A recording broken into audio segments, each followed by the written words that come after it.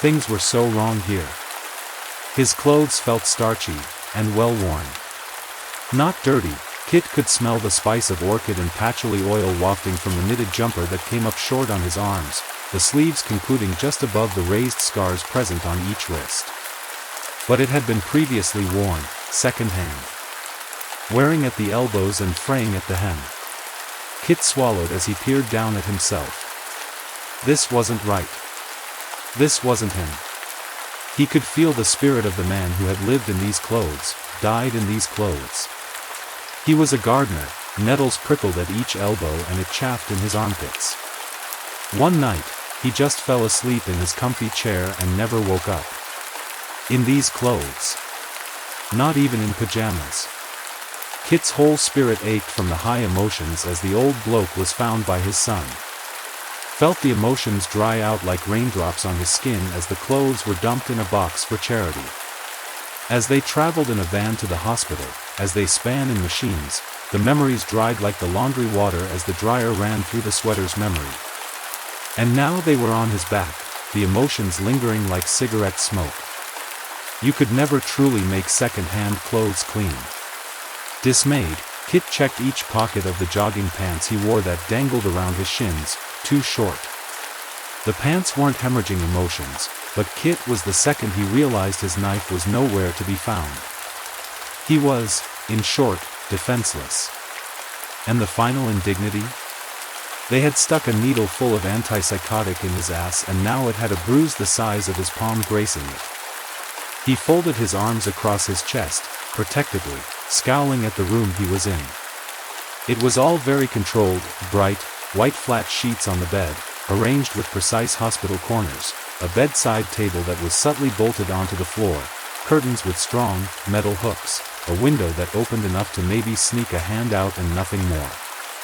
The chirpy nurse, who had also had the joy of seeing his bare backside, alongside a doctor and two huge orderlies, had told him that he had arrived at a perfect time, because it was long before lights out, and the patients were free to roam. A brusque tour had shown him the TV room, a games room, a carefully designed smoking area, an equally carefully designed outside area with a pond, and a room that she said was space to calm down. Only the TV room had been occupied, with a few of people of different ages staring blankly at the TV as it screened a game show. Sometimes, one individual clapped in reaction to the middle-aged couple getting the question right, but otherwise it was silent. Kit wondered if they all had identical bruises on their backside, making them like zombies, silent and malleable. He decided that, as long as he was able to fight against the drug, he wouldn't become like that. The tour ended at the nurse's station, with the woman showing him the book he had to sign in and out of if he decided to go outside, instructed him of the time to come and queue for his medication, and told him to come here if he needed anything. Well, not anything, she gabbed, but some things. As light-hearted as the rest of the tour had been, her tone became very serious when she spoke of med time. You have to come here. If you don't come here and queue up within 5 minutes, we'll have to send our orderlies come to find you. It would be a shame to have to force you to take your antipsychotic again. Kit felt like he had been incredibly patient, and equally receptive whenever the nurse had expected him to answer some inconsequential question. So when he rolled his eyes and got a stern look, he decided he couldn't care less and asked if he was finally free, well, as free as an inpatient at a mental health facility was. The nurse tooted and nodded, calling one last warning after him about the all-important drug enforcement time. First, he had gone back to his room to see if any of his belongings were there. He checked the drawers, the wardrobe, and even under the bed, but found nothing. No knife, which wasn't a huge surprise, but also, no cigarettes. He was sure there was some trading situation in place where a Valium would get him a cigarette or two, and he had become an expert in tonguing his meds some time ago. But for now, he had nothing to call his own, and nothing to occupy his still racing mind. He wandered out into the hallway, pausing by the TV room. Sitting down didn't feel very inviting right now. How did they expect you to relax after a prick up the arse, if you couldn't even sit? So, he wandered the corridors. Patients came in and out, some had thick bandages around their wrists, Some walked with their heads bowed, arms crossed protectively, never making eye contact. Some still were wilder, louder, drawing attention to themselves from other patients and nurses alike. He paused in one corridor, finding himself suddenly lost in the area, which was a bit of a rat run, a rabbit's warren, whatever the saying was. Here, there was just one patient, an elderly lady sitting in a wheelchair, looking for the life of her as if her carers had literally dumped her here, hoping for the best. Kit couldn't say such things didn't happen. What drew his attention to her, however, was what she was doing. The old woman was singing a song. The faces we imagine. They're twisted inside. Their mouths aren't on straight. We can see their skulls. And their black hair will strangle us. We all see them here. Okay, so it wasn't a particularly good song, but it was a curious one. We all see them here. See what? How did she know? Kit shrugged it off and shuffled past her, contenting himself when he found a bookshelf full of donated books, and pulling Lord of the Flies off the shelf. He had read it in school and imagined himself on the island, and imagined himself dead like Simon or Piggy. Starting it again sent a certain chill of nostalgia and fear up his spine, as he dreaded the part with Piggy the most. Luckily, before he got too far, a bell rang that he recognized as the sound for lunch, and he stowed the books under some cookery ones in the hopes no one else would find it and read it before he got back. Lunch was an entertaining affair if purely for the fact only a handful of staff had to control a great number of patients with different needs. Those with eating disorders had their own kitchen and eating area. Kit had only been shown this to be warned never to go in it, but there were still patients who took offense to food, who needed pills with their meals, who couldn't sit with the opposite gender, and still those patients who just wanted to draw attention for no reason Kit could find. When it came to his turn, he slowly chose something he knew that he could eat, soup and a roll. He managed to find a bench on his own and sat huddled over his food, suddenly understanding why many patients didn't want to make eye contact and invite more craziness into their lives. The food was fine, but with it getting busier and busier, he decided to leave with his bread roll, granted by a bored-looking orderly just waiting for a fight to bust out, and headed outside, still lacking cigarettes to enjoy in the smoking area. Standing at the edge of the chicken wire-covered pond at the center of the hospital, Kit took a moment to watch the giant koi swim in their tiny world. Just looking at the fish reminded him of working at the pet store, doing the grunt work. He used to scoop up the dead fish with a net. They lay so bonelessly, cold and damp. I hope, Kit thought, breaking parts off his bread roll and tossing them into the water, that my nephew never has to see them do that. Something about dead fish ruined the magic of childhood. He finished feeding the fish, and brushed the crumbs off his hands. If he had his direction right, one of the doors would lead to the TV room. Maybe it would be quieter with people eating lunch and he could watch something mind-numbing. He headed back inside, but was surprised to find that the hospital was plunged into darkness. Kit frowned, trying the switch. Click. The lights flickered and hummed for a moment, then strobed on, off, off. When that happened, Kit's lucid mind, aided by a maximum-strength antipsychotic, concluded a fuse must have blown, and that the staff, if they could be trusted to, would fix it. He couldn't see anyone, but figured with it being lunchtime, staff might have had their hands full in the canteen. As instructed earlier, he wandered through the dark towards the nurse's station. That was when he began to see it. Him. Her. The gender was certainly indistinct and unimaginable. Later, he would figure that pronouns didn't matter. As he walked past the calm-down room with its large windows, he caught sight of it for the first time. A skull, long, black hair. Just like the old woman had been singing about earlier. Seeing this, he thought maybe it was his imagination, a brain glitch. After all, his mobile phone, some years out-of-date model he purchased in a pawn shop, had been sending him photos, right before he came here. And this thing looked a lot similar to what had been revealed in the photos. It was always in the distance, it was always looking on at him, mainly in his flat but also sometimes the coffee shop where he got his morning gingerbread latte, the park where he smoked joints by the river so his flat didn't stink of it. It was unnerving when his phone blipped at him for the first time. Kit wasn't known to get text messages. Maybe if his brother was feeling particularly guilty or angry, he would take his time to key a message in and chide Kit. But that was a rarity in itself. So, when he saw that the text message contained, well, no text, but instead a photo, he was more than a little bemused. Never settle for those awkward feelings of being alone ever again.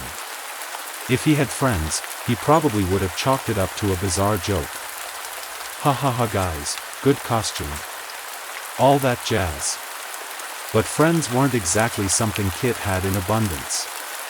He turned the phone this way and that, trying to figure out what was going on, before he recognized the location of the local A&E department, with the curious creature placed near the reception desk, where he had been standing only a month ago, bleeding copiously from his arm. Kit spent a while after that just sitting in the semi-dark of his bedroom, his thoughts spiraling. He was used to insane shit. But he was mainly used to dealing with that insane shit in person. Mobile madness was a new thing, in his vast experience of butterfly girls and men with flashlights for eyes. The text messages kept coming. Even for Kit, it was an unnerving experience. But, after a while, he came to look forward to these photos. It was like getting photos of a friend, enjoying themselves in places familiar to him. It was like someone sharing their life with him. You will soon forget all about those painful emotions of disappointment. He became practically addicted to the experience, quick to grasp his phone as soon as it made a noise, finding them frequent but not overwhelming. Occasionally, he visited the places seen in the photos, mere minutes after he received a text, shoes not a matching pair and with his fly undone in his haste to leave the flat and go to these public places. But he had never seen his photo friend in person, not until now. Although, to be fair, the thing wasn't here right now. It was a reflection. Kit looked behind himself, into the darkness of the corridor, and saw no one, nothing. He moved forward towards the window, and gently placed a hand upon it. His friend lifted a hand too, as if it stood on the other side of the glass. The skull tilted sideways, as bemused about the lack of contact as Kit was. He expected to feel a cold hand, feel a pulse in the wrist, but instead, it was just the smooth glass. Kit took a breath. This was all in his brain. It had to be. His brain faulting was part of the reason why he had ended up in here, and the antipsychotic was helping putting things in perspective. The darkness may be real but the being wasn't real. He had to accept that the text messages were never real, either, and they were just preying on a life that was far too insular. The anxiety of social situations can be nerve-wracking. He licked his lips and spun on his heel. No. Keep walking. His footsteps echoed in the building as though it was abandoned, although everything looked as it had on his tour. Apart from lack of people, of course, which was increasingly confusing him, and, as he started walking again, it became apparent the lights were out everywhere, in all of the building as far as he could tell. Out of the corner of his eye, he saw the thing, trailing behind him like a ghost. His breath quickened as did his steps. At home, his phone rang with a message, another photo sent, this time of Kit in the half-light of the hospital, with his ghost coming closer and closer. Kit closed his eyes so he couldn't see the being, but then he couldn't see anything at all, and he didn't know the layout of the hospital very well. He managed a few steps, his hands curling into fists, before he walked into a shut door. Grumbling and rubbing his forehead, he opened his eyes and tried to ignore the vision hovering far too out of reach to be conclusive in its design. He pushed at the door and, to his surprise, found it locked. This was supposed to be how to get to the nurse's station, more or less in the middle of the hospital, but there was no way in from here. In his heart, he knew this door wasn't supposed to be locked, and through the glass panels he saw the lights off there, too, and no people there. He didn't want to turn around. Desperately, he thumped at the door. If there was a mistake, the noise would send the nurses running, hopefully. But nothing happened. Kit caught his breathing increasing and tried to back himself out of a panic attack. Yes, he may have once thought the creature behind him as a friend, but that was before he knew, before he realized he was totally and utterly nuts, and before he was locked in a dark corridor with this figure, and no way of knowing what it wanted. Kit slowly turned on his heel. He closed his eyes whilst doing it, not wanting to come face to face with the oddity once more. But, when he opened them, the figure was nowhere to be found. Kit blinked, confused. It had been right behind him. Hallucination, friend, creature, whichever, he had been certain of its presence behind him. He took a few faltering steps. The curiosity in him made him want to check the nearby games room and smoking area, because it was plausible, if not unlikely, that the figure had ducked in there. But what did he hope to gain by searching? The touch they nearly exchanged, hand to hand, could have been a symbol of friendship, or the creature trying to gain some sort of trust to do something nefarious, Kit was sure. As he started towards the games room, he saw it again, flickering in the corner of his eye. This time, it presented itself behind the glass that led to the nurse's station. Whatever impossible way it was getting around, and Kit was, despite his delusions, increasingly sure this was as real as the being with many tongues and no hands, meant it could ignore locked doors. He turned around, again, steps away from the door, and stared at the being. "What do you?" His voice croaked, despite himself. "What do you want?" "I want nothing." It said nothing, but its hands moved, placed on the glass once more, its head tilted, almost like a curious puppy, or someone trying to claim innocence in a situation. Kit stepped forward again. "Why come here?" "Why, with me?" Because Kit felt certain now that the hospital hadn't caused this figure to arrive, he had dragged it here with him. In some ways, the being was as trapped as him, if its penchant for following Kit meant anything. "You're lonely." Again, silence greeted him. This time, the creature seemed almost frustrated in its body language, head down, hands curling into fists, shaking slightly in a mixture of annoyance and almost sadness. It couldn't tell Kit what it wanted. Kit, despite his exploration into a world no human should ever grace, just didn't understand it. No human ever did. It was really desperately lonely, oftentimes, more so than the people it visited upon. "Free me." Kit was staring, blankly. The creature bared its teeth, but it came across more as an eerie smile than it was anything threatening, despite its dog-like skull. Kit took a breath. The answer was here, if he wanted it. To free his friend, and to get to the nurse's station. He turned away, but only to duck into the TV room and retrieve one of the cumbersome pleather chairs. Not everything was bolted down, after all. Mind out the way, he found himself saying, as if the creature were real, as if it could understand him. It didn't move back, but Kit used the heaviness of the chair, and two of its legs, to bust through the window panel. Glass shattered around him, cutting through the hospital slippers he was wearing and into his feet, cutting his cheeks and just missing his eyes, which he closed tight. When he opened them again, the lights were on and there was a buzzing in his ears that was somewhat familiar. The being was gone, and Kit looked around quickly when he realized there was no reflection, and no creature in his peripheral vision. Where had it gone? The dual purpose of freeing the being and getting help in the dark seemed to have gone wrong, insanely wrong, Kit thought dully, as he realized the pain. Everything, then, seemed to burst into action.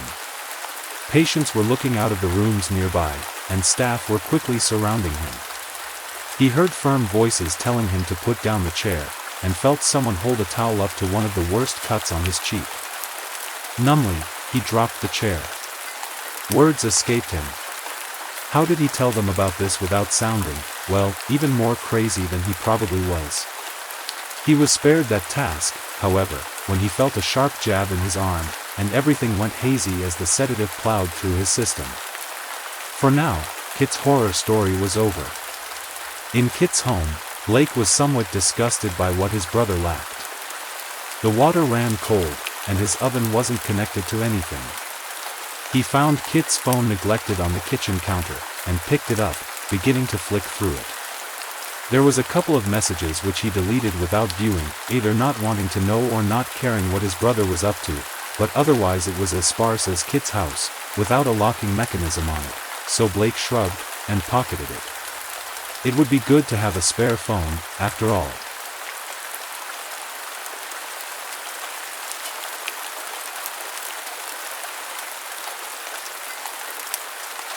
It started with a text at 3:14 a.m.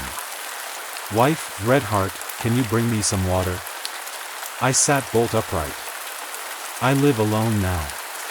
My wife, Anya, passed away 3 days ago in a freak accident, slipped in the bathroom, cracked her skull on the edge of the tub. I found her in a pool of blood. The doctors said she died instantly. We buried her the next day in the cemetery 5 miles outside of town. I remember every detail. The damp soil, the priest's voice shaking during the final prayers, my knees barely holding me up as the casket lowered into the ground. But now, this text. I stared at the screen, heart pounding. Maybe someone had her phone. Maybe it was a cruel prank. I opened the bedroom door. Empty. Of course it was. Still, I couldn't sleep. I paced around the living room, thinking of explanations. Her phone had been placed in the casket with her.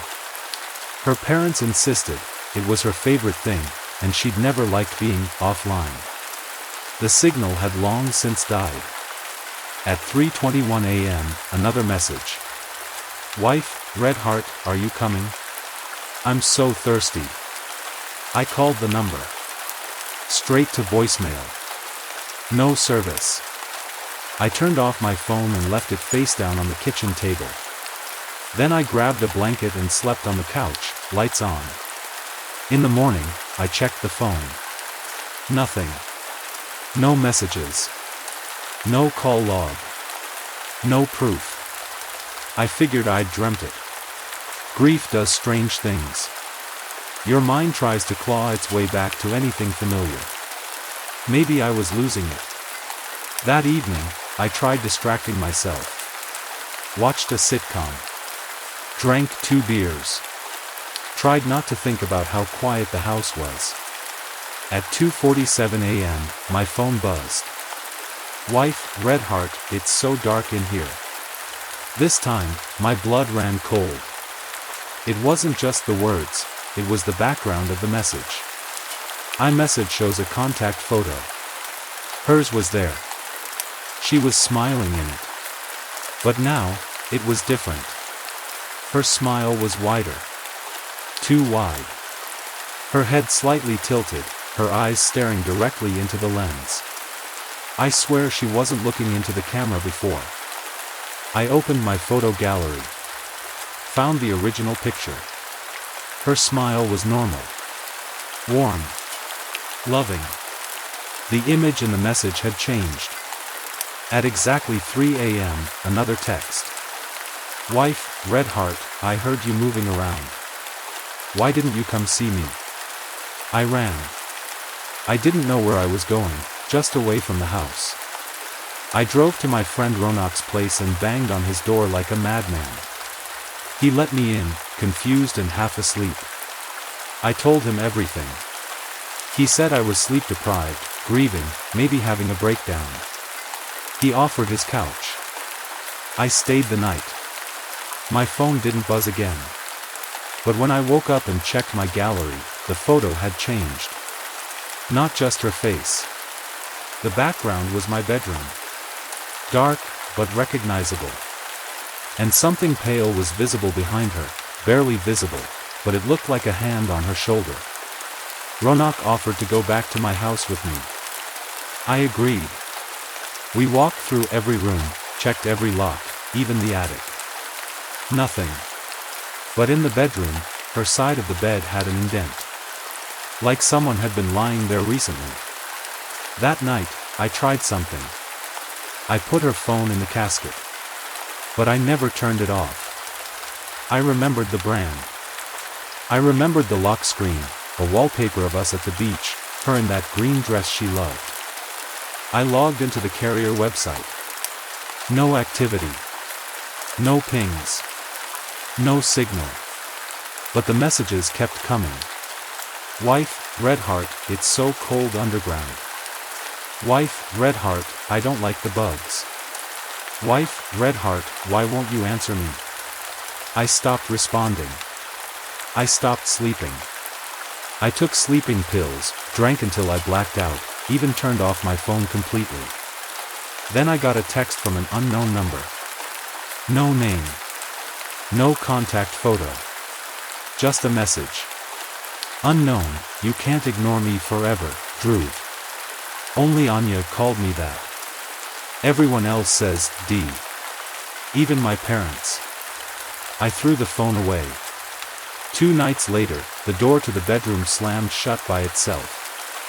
From the inside. I haven't opened it. I sleep in the living room now. If I sleep at all. Sometimes I hear her calling. Sometimes she's crying. Sometimes she just says my name over and over, a hoarse whisper that crawls up through the floorboards. Last night, I woke up to find the bedroom door wide open. My wife was standing there. And she was holding her phone.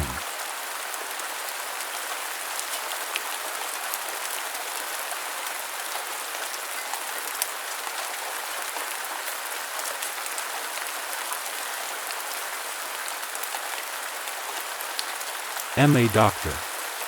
A general practitioner. I'm trained to look people in the eye and tell them what's real.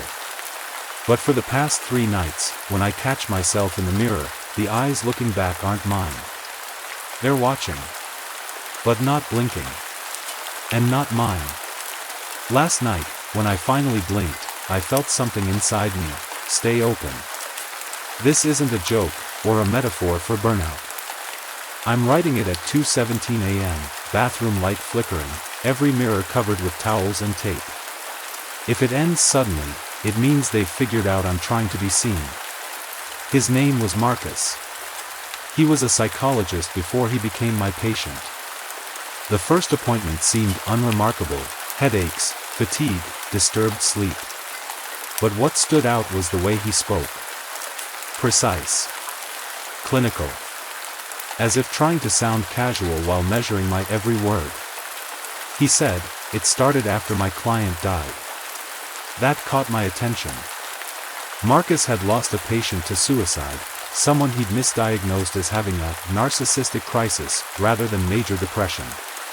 The client took their life 2 weeks later. His notes were reportedly cold. Detached. He didn't see it coming. I didn't see it, he told me. And now I can't stop seeing things I shouldn't. I asked what he meant. He lifted his glasses and said, "Look." His eyes looked normal. A little dry, maybe. No infection. No trauma. I noted psychosomatic in the chart and offered a referral to ophthalmology, just in case. He didn't follow up. Instead, he came back a week later with a notebook full of drawings. Eyes in clusters. Eyes without lashes. Eyes embedded in skin.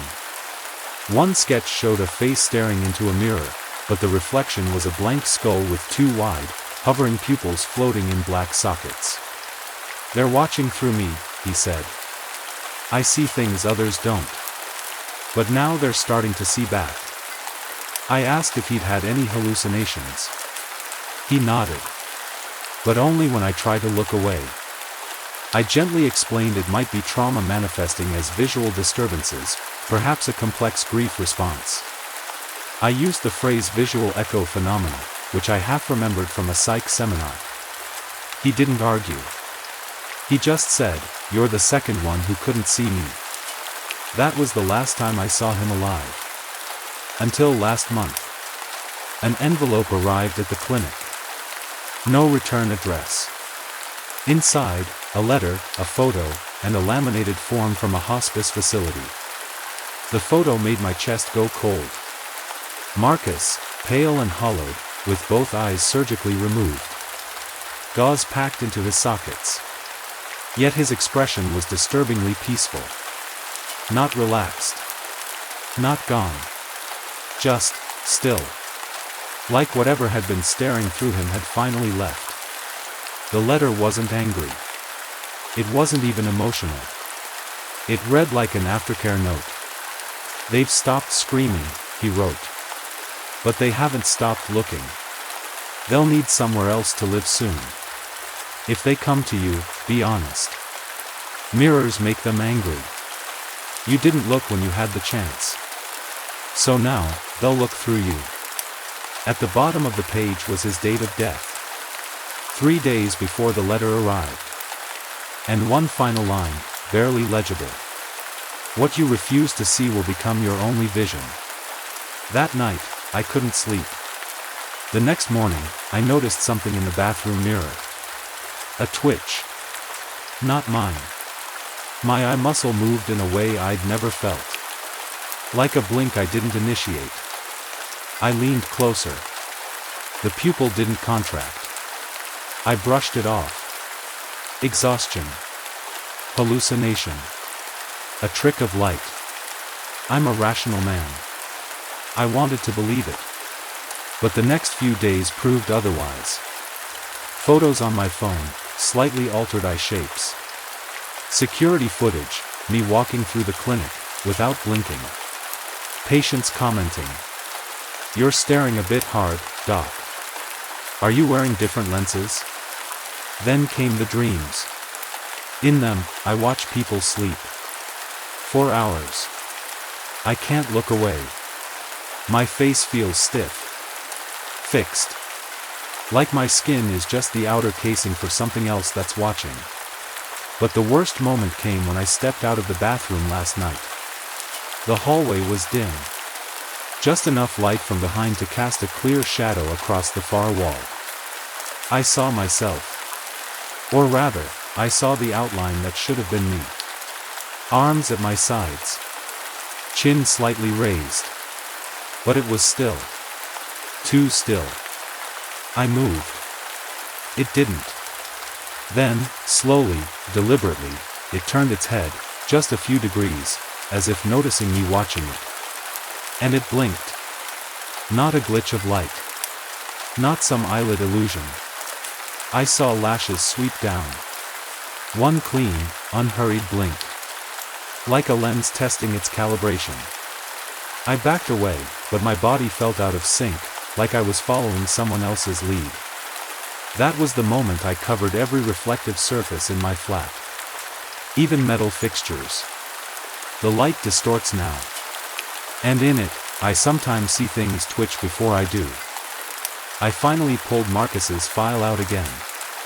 That's when I found the page I'd never read, a clinical self-assessment Marcus had written in secret. About his client. Patient displays hyperfixation on physical self-worth. Eyes are central focus of delusion. Appears to seek validation through being seen, then punished by it. Echoes of my own early fear of being perceived. He had been diagnosing himself. Through someone else. And I think he knew what was happening. That the eyes weren't metaphor. That they migrate. That when someone refuses to witness what's inside you, that something else will. And it doesn't go away. I haven't cried in days, but my eyes are never dry. They don't close properly anymore. They sting when I try. Because I think they're not mine now. I think they're his. Or worse, theirs. Tonight, I tried to FaceTime a colleague. Just to feel normal. But he froze mid-sentence and said, "Is that a filter? Your camera's not showing, you." I ended the call. Fast. There's a static hum in the back of my head now. Like an old slide projector stuck between frames. I don't sleep. I don't blink. But I see everything. Every lie. Every fracture. Every time someone avoids the truth. I think that's what they feed on, avoidance. Marcus wasn't mad. He was open. He gave them an exit. I didn't.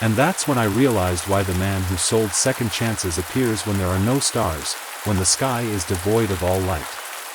It's not so that people could look towards their second chances with hope, it was so that when you paid, your grief had nowhere to go. It was so that when your second chance was granted, you'd be left with nothing inside but an even deeper guilt, a depth so dark, so hollow, it felt like looking into a hole dug too deep, a hole that had no bottom, and on that, he could feast. Second chances are not given, they are taken, stolen, carved from the bones of time itself, and the man who sells them will always be there for those who need them most.